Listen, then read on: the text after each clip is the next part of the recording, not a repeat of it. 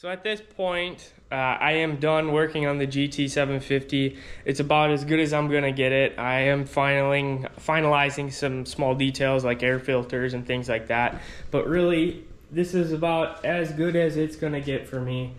Probably gonna end up selling this bike at some point to somebody who maybe wants to fully restore it. I just wanted to get it running, driving, something a little bit better for resale, that sort of thing, and it's met its expectations there. So next we're gonna work on is the GT550. So I got a little carried away last night, a couple nights ago, and I started taking everything apart. Got to get the carbs off, make sure they're cleaned out.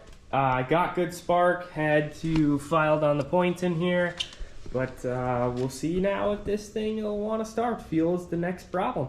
I went through and did a bunch of different stuff. Cleaned the carburetors out, got them all kind of dialed in as best I could. I also had to play with the timing and points. So the points were off a little bit. I also filed them down.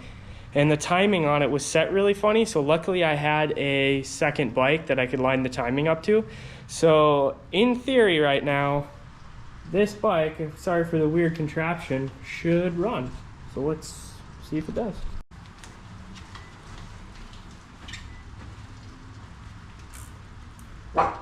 You're okay.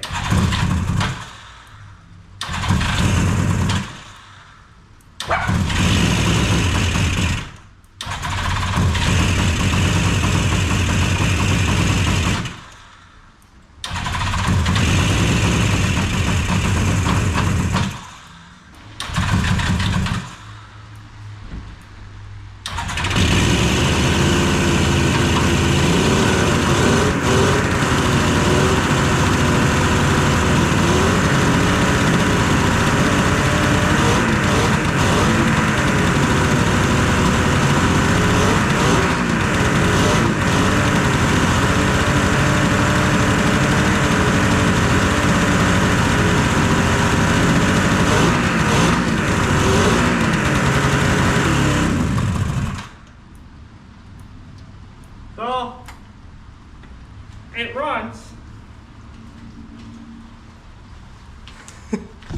So it runs. I don't know if it runs great, but it runs, so that's a positive.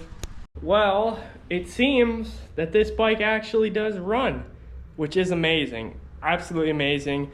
I didn't have high expectations for this GT550. I honest to God thought it was going to be a scrapper bike, but I figured I had to give it a try and see if I could get this thing running.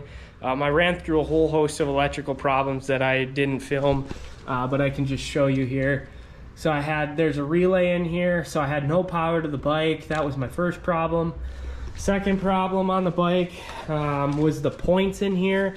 Points were not touching correctly, so I was getting spark on 2 cylinders, but not this cylinder. Then, after some examination, I cleaned the carburetors, realized I had issues with the carburetors, not putting in fuel, which I then pulled back apart, cleaned again, kind of hooked back up together and solved that issue. Then the next one I ran onto was I thought to myself, well, this bike is so close to starting, I had to go in and check the points, or check the points, but the timing on the points. So luckily, this one was really, really weird, but I have a parts bike right here, GT550, same thing, that I was able to model the points off of and the timing off of, which actually got us to where we are right now. So for those that don't know, a couple things about these old systems are these right here are your contact points. It's kind of hard to see in the camera. Maybe you can see this one a little better. They open and close here with this lobe. So there's a lobe on here that spins around, opens and closes, opens and closes. That's what makes you have some spark.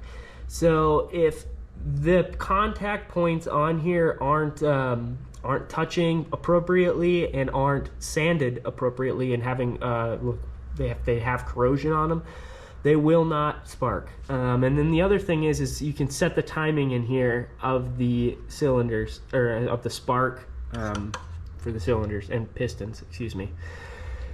So it's kind of a complex process, but I modeled it off of this one anyways.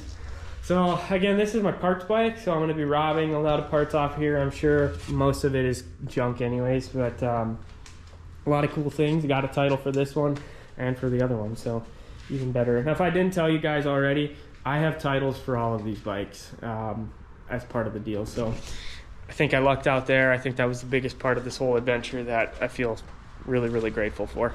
On the next steps, just gonna try and get this GT cleaned up. Now that I know it's running, I wanna get it running a little bit better before I go ahead and put a little bit more time into it. There's a few things that are not quite right, but we'll get them squared away as time goes on. So, thanks.